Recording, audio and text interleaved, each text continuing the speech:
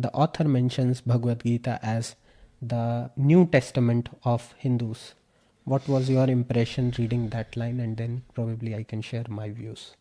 So when I read that comparison, my first reaction was physiological, in the sense of there was a knot in my stomach and the feeling of, no, they are different, very different, especially because one tells the life of Jesus and establishes salvation, and the other one, it's completely different and open, and it's not establishing any rules, at least from my point of view.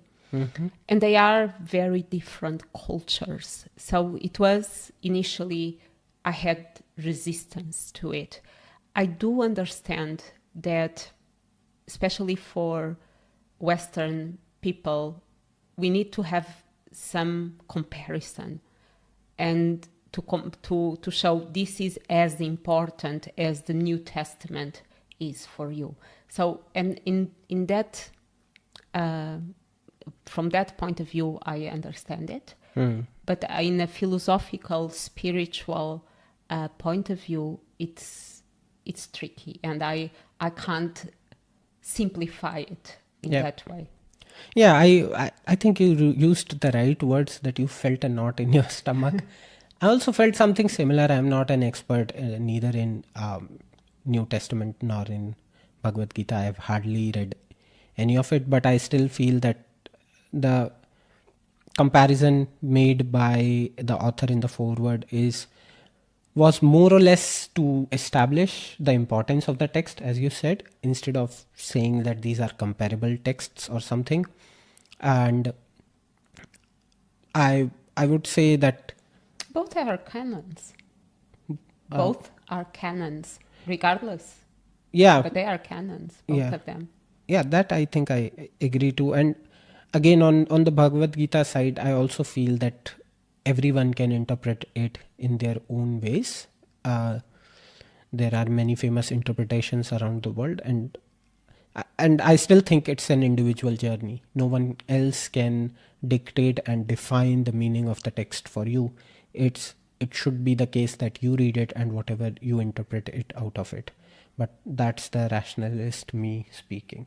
And it's a fact.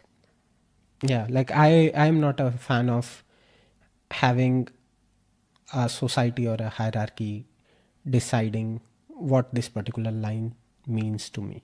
At least that's my viewpoint when it comes to Bhagavad Gita or any kinds of epics or stories, or especially literature which talks about morals or ethics. So yeah, from a seed to a tree, there's many different stages. Nobody can offer you to transform automatically into a tree. You need to go through the process. So you need to read the text. You need to dig in. It's your transformation. The master cannot do it for you. I think enough wisdom has been shared. But yeah, like if we want to summarize it quickly, please. We have a big calculation of years for humans, devas, pitras. We'll share it. We will share it, and you can check it out, and you will see that the math is not mathing at all. So they are approximations, but it's not the exact calculation. And then how this war of Mahabharat is a bridge between the previous Yug, Dwapar Yug, and Kali Yug. The foreword talks about the Kshatriyas who can be traced to gods but have become arrogant, and therefore they need to be destroyed. And eventually 10 million Kshatriyas, a big claim, they died in this war. And roughly around 5,000 years back, this story happened. And then the author shares a highlight of the story where he talks about a kingdom called Hastinapur, ruled by House of Kurus, and how in their descendants there is a lineage called Kauravas and a lineage called Pandavas, who eventually fight this battle. And all this happens under the supervision of our incarnation of Vishnu called Krishna.